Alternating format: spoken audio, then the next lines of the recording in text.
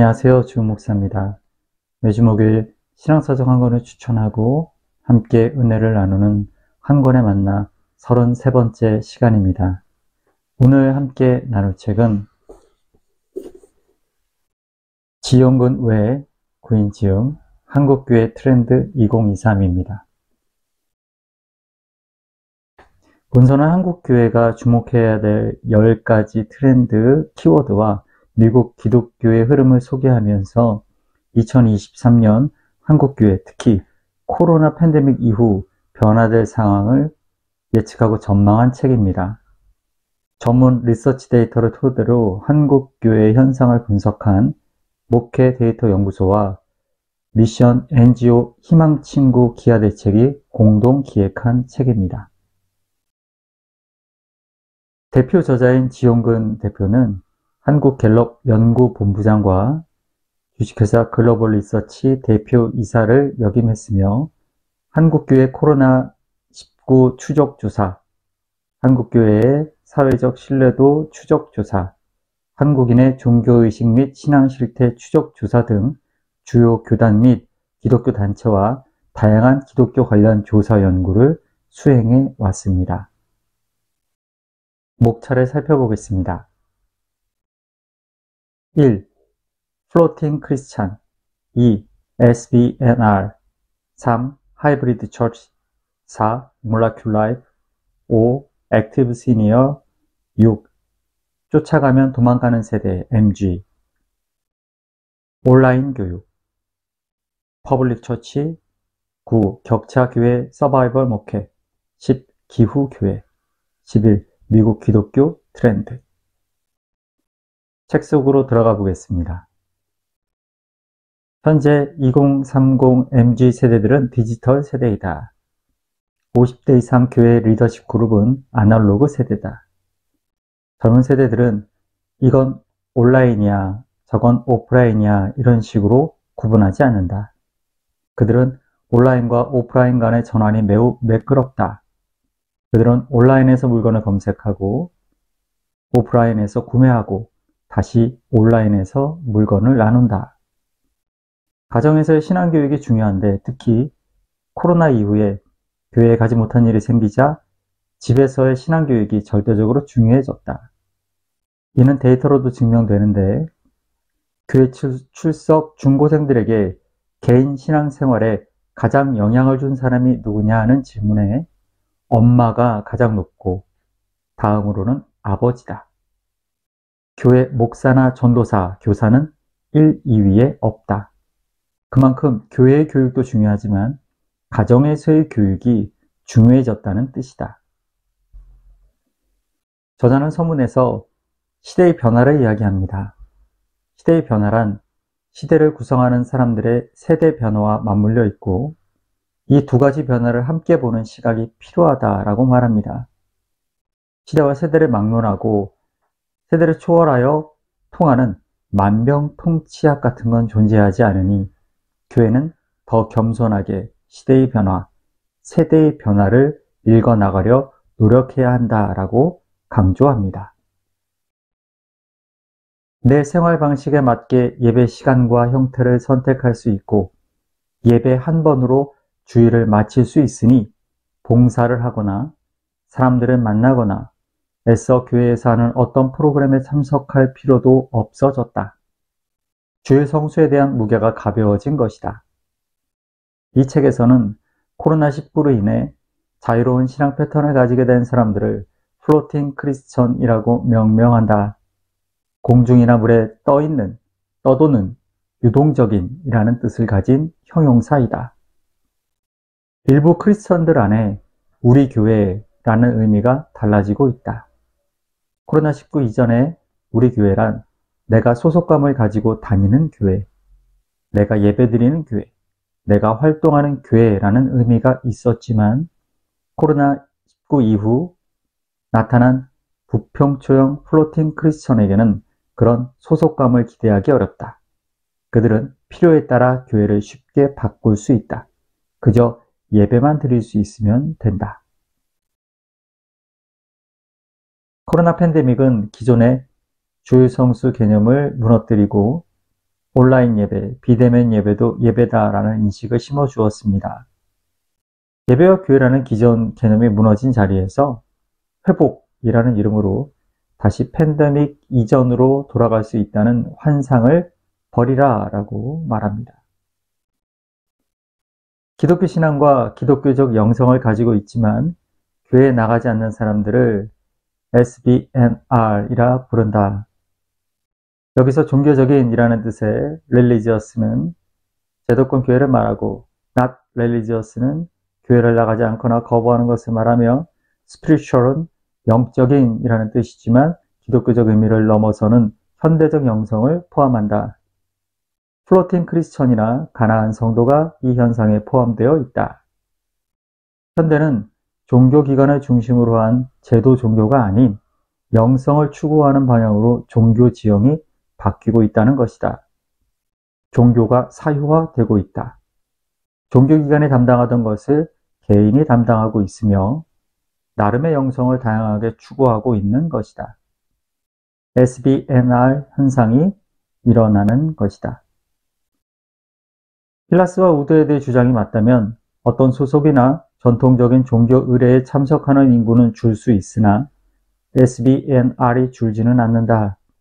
흥미롭게도 코로나19 이후 한국 교회에 등장한 SBNR은 세계적 흐름과 맥락을 같이 한다.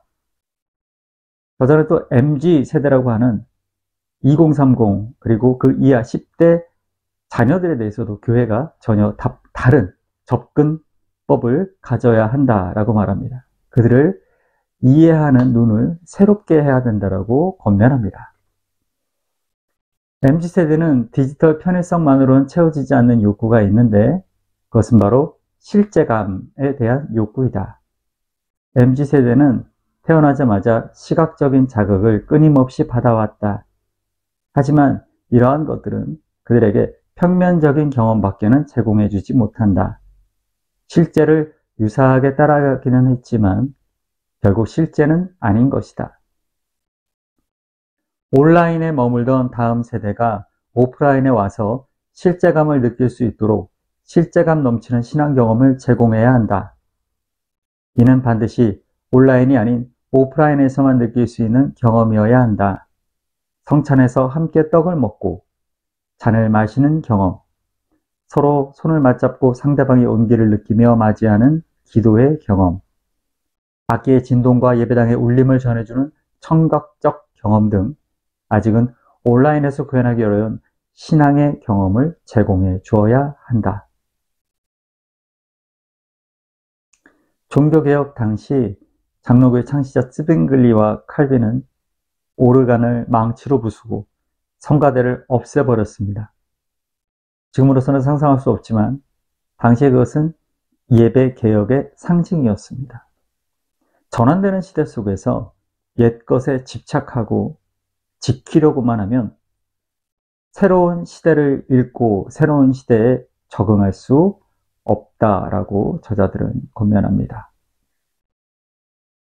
앞으로 디지털 전환은 더욱 가속화될 것이고 동시에 오프라인에서 인간다움의 터치를 그리워하는 휴먼 터치의 영역은 더욱 공고해질 것이다. 이러한 흐름 속에서 교회는 무엇을 해야 할 것인가? 우선 하이브리드 처치는 온라인과 오프라인이라는 넓은 스펙트럼 속에서 교인들이 나만의 장소를 찾을 수 있도록 기회를 제공해야 한다. 여기에서 말하는 나만의 장소란 단순한 온라인, 오프라인 공간이 아닌 자신만의 특별한 경험과 애착이 녹아있는 장소를 말한다. 어느 공간에서든 영적이고 신앙적인 체험을 할 수 있다면 교인들은 그 시간과 공간을 나만의 장소로 기억하고 애착을 가지고 다시 찾게 될 것이다. 나만의 장소를 확대하기 위해 교회는 소그룹의 중요성을 더욱 강조해야 한다. 이를 위해 하이브리드 처치는 온라인 소그룹 매칭 시스템을 구축해야 한다. 교인들이 각자의 형편과 상황에 맞는 동질 집단을 쉽고 매끄럽게 찾을 수 있도록 도움을 주어야 한다. 또한 시대의 변화는 교회의 주류를 이루는 기성세대들의 고령화로 이어지고 있습니다. 문제는 사회 변화에 발맞추지 못한 교회에서 마찬가지로 고령화의 대책도 여전히 세워지지 않고 있다는 것입니다. 교회가 관심을 가지고 노년 세대의 자리에 대해 고민해야 한다라고 말하고 있습니다. 액티브 시니어는 은퇴 이후에도 소비 생활과 여가 생활을 즐기며 사회 활동에도 적극적으로 참여하는 5, 60대를 지칭하는 말이다. 자신에 대한 투자를 아끼지 않으며 높은 소비력을 지니고 있다. 여가 및 사회 활동에도 적극적으로 참여한다. 은퇴 이후에도 제2의 삶을 찾아 경제 활동에 다시 뛰어든다. 전통적인 고령자인 기존 노인 세대와는 달리 가족 중심주의에서 벗어나 자신에게 투자하고 자기 개발과 여가 활동, 관계 맺기에 적극적이다. 교회 직분을 내려놓게 되는 70대 이상의 시니어들에게 교회 사역에 대한 의향을 질문한 결과 은퇴 후에도 여전히 교회 정책 결정 참여를 원하는 응답이 39.6%, 은퇴 후에도 건강이 허락되는 한 교회 사역을 적극적으로 하고 싶다는 응답이 50.3%로 높은 연령대에 비해 교회 사역 참여에 대한 의향이 높았다.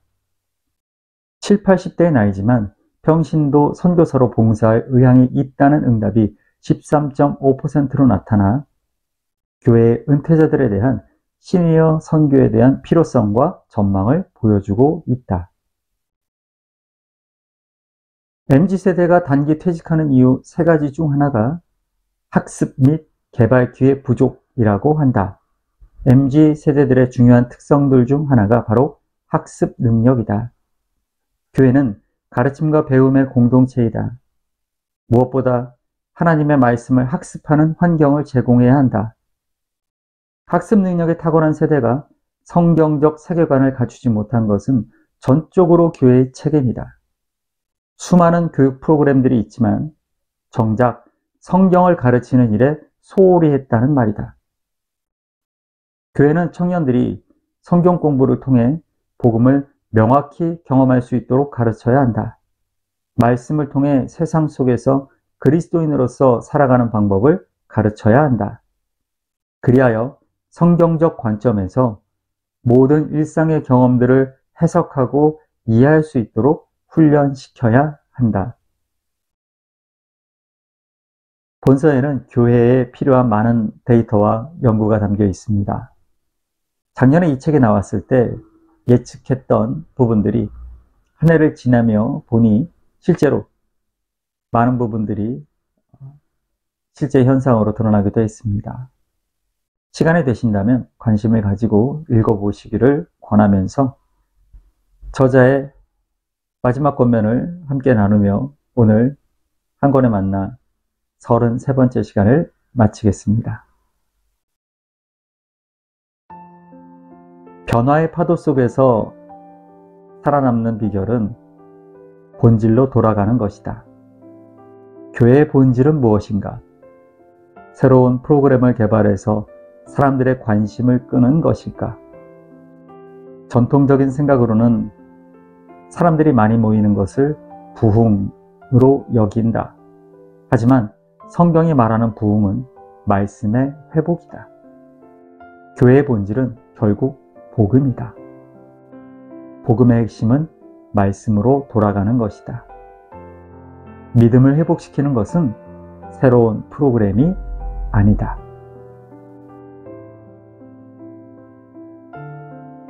평안한 저녁 되시고요. 교회에서 뵙겠습니다. 감사합니다.